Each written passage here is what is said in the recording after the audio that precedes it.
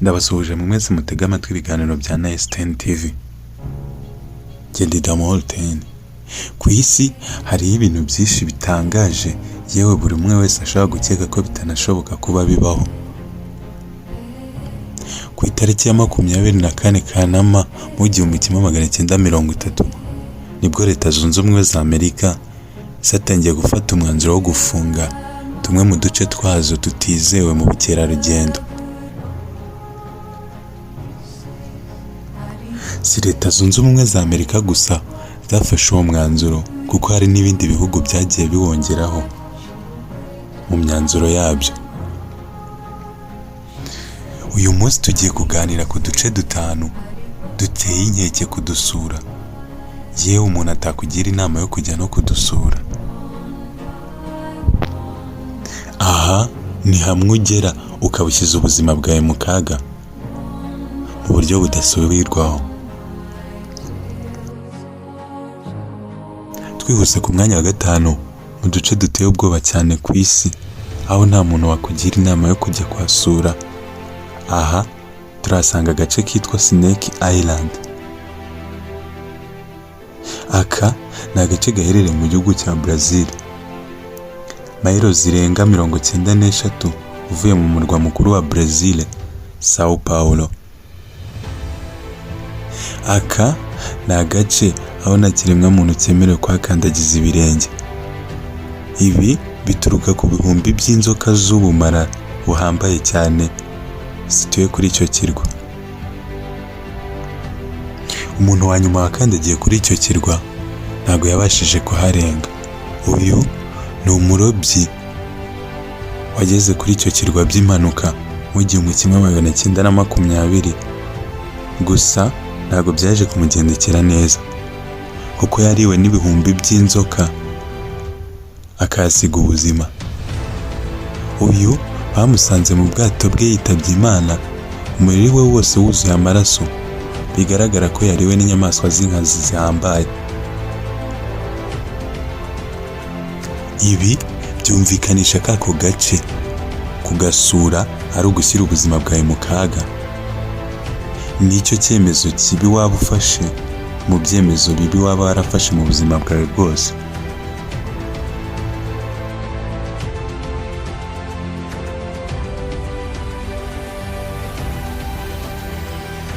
Twihuse ku mwanya wa 4 mu duce 5 twa mbere duteye ubwoba cyane ku isi, turahasanga umusozi witwa Mount Washington. Uyu ni umusozi uherereye mu gihugu cya Leta Zunze Ubumwe za Amerika. Uretse ko uyu musozi atari wo wa mbere muremure ku isi, ariko niwe musozi wa mbere mubi cyane ku isi nzima, dore ko kuhagera ari nko kwiyahura. Igituma uyu musozi ujya ku rutonde rw'ahantu hambere hateye ubwoba cyane ku isi ni umuyaga ukomeye cyane uhora uhuha hejuru y'agasongero k'uwo musozi. Mu kwezi kwa 4 mu 1934 kuri uyu musozi hibasiwe n'inkubi y'umuyaga ifite umuvuduko ungana na kilometero 372 ku isaha.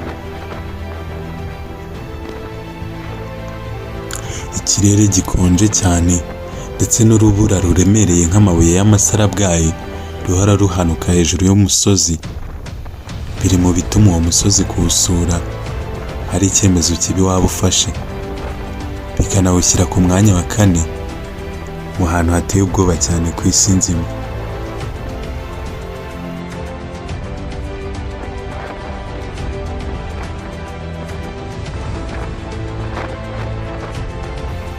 Ku mwanya wa 3 mu duce duteye ubwoba cyane ku isi, mbibutsa gukora subscribe kuri iyi channel niba ukunda ibiganiro nk'ibi, jya bibagezaho Damol 10.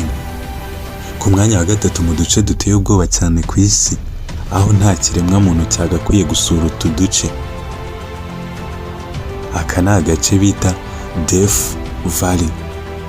Iki ni ikibaya cy'urupfu. Iki ni ikibaya giherereye mu burasirazuba bw'amajyepfo ya California. Aha ni muri Leta Zunze Ubumwe za Amerika.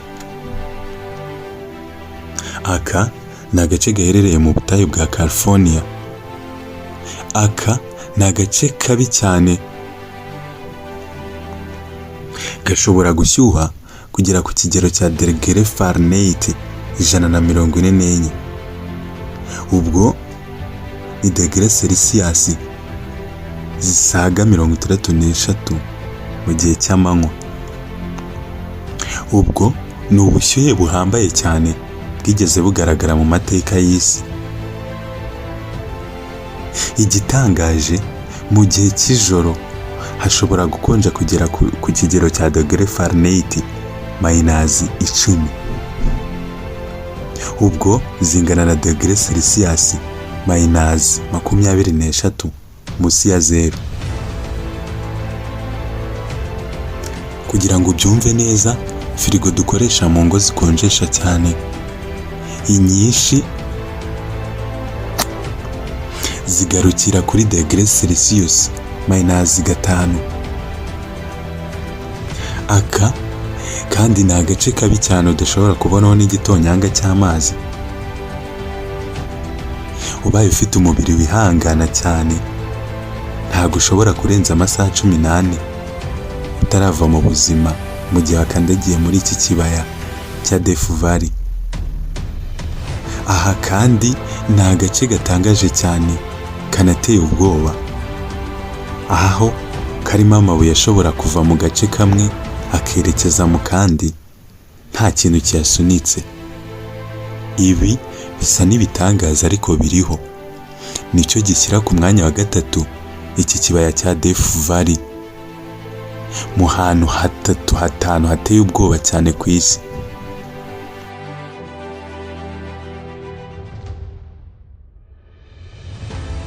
Twihuse ku mwanya wa kabiri mu duce duteye ubwoba cyane kuri iyi si umuntu wese adakwiye gutekereza kuba yahasura. Aha turahasanga agace kitwa Triangle de Bermuda. Aka ni agace k'amayobera ku isi nzima, gaherereye mu majyaruguru y'inyanja ya Atlantika, gakora kuri leta ya Florida hafi y'icyambu cya Miami cyangwa se umucanga wa Miami, ndetse no kuri Puerto Rico. Aka ni agace gafite ubuso bungana na kilometero kare 3,900,000 byose. Aka ni agace gakubye u Rwanda inshuro 148.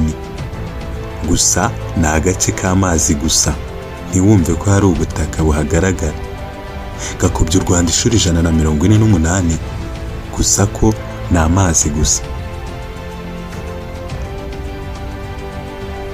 Bimwe mu bituma kaba agace kabi cyane k'amayobera ni uko buri ndege yose igurukiye hejuru y'ikirere cyako iburirwa irengero, ndetse n'ubwato bwose bugerageje guca hejuru y'ako gace buhita buburirwa irengero bukimara kuhakandagira.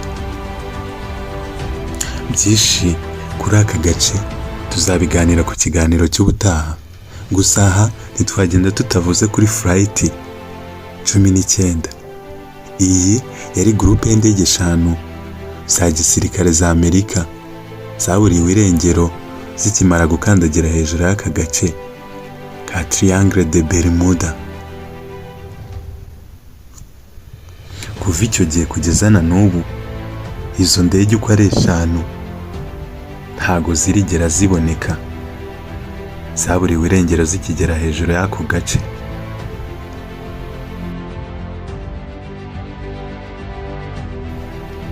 Twihuse ku mwanya wa mbere mu duce duteye ubwoba cyane ku isi. Aha turahasanga ishyamba rya Amazon. Ishyamba riherereye mu majyepfo ya Amerika, rikora ku bihugu 8, gusa igice cyaryo kinini gikora kuri Brazil. Iri ni ishyamba rifite ubuso bwa kilometero kare 6,700,000, rikaba rikubye u Rwanda inshuro 254 zose. Igiteye ubwoba kuri iryo shyamba ntago ari ingano yaryo, ahubwo ni zimwe mu nyamaswa z'inkazi ziherereye muri iryo shyamba. Aha turavugamo nk'inzoka ya Green Anaconda. Iyi niyo nzoka ya mbere nini ku isi. Ishobora kugira metero 9 z'uburebure, umubyimba ungana na santimetero 30 zose, ndetse n'ibiro 250. Indi nyamaswa iteye ubwoba igaragara muri iryo shyamba yitwa electric eel. Iyi ni ifi ihiga ibyo kurya yifashishije umuriro w'amashanyarazi. Iyi ishobora kurema umuriro w'amashanyarazi ugera kuri volte 800 zose. Kugira ngo wumve ubukana bw'iyi fi, ndagira ngo utege amatwi. Uyu muriro dukoresha mu rugo ugira volte 120. Birumvikana ko iyi fi ikubitisha umuriro ukubye inshuro 6 uyu dukoresha mu nzu, ukoresha amateleviziyo, amafrigo, iwukubye inshuro 6 zose. Indi nyamaswa iteye ubwoba cyane igaragara mu ishyamba rya Amazone bayita poison dart frog. Iki nicyo gikeri cya mbere kigira ubumara ku isi. Ku mabara yacyo ashashagirana, iyo kikudomye gihagarika gutembera kwa oxygene mu mubiri, amaraso yawe ntatembere neza mu mubiri. Ibi ntago bigusaba iminota myinshi ube wavuye mu buzima nyuma yo kurumwa n'icyo gikeri. Ni byinshi bigaragara muri iryo shyamba bitangaje, binateye ubwoba cyane. Ibi nibyo birishyira ku mwanya wa mbere mu duce duteye ubwoba cyane ku isi.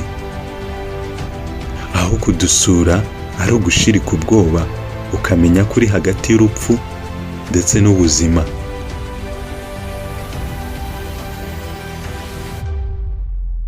Ndagushimiye wateze amatwi iki kiganiro. Aha twibandaga ku duce 5 duteye ubwoba cyane ku isi. Buri muntu ataka kugira inama yo gusura, yewe waba ugiye kudusura ukaba uzi ngo uri hagati y'urupfu n'ubuzima. Njye ndi Damolten. Igitekerezo, inyunganizi, icyifuzo byandike muri comment. Ubaye wakunze iyi video, kora subscribe, gukora share wabikora nta kibazo. Ndabashimiye.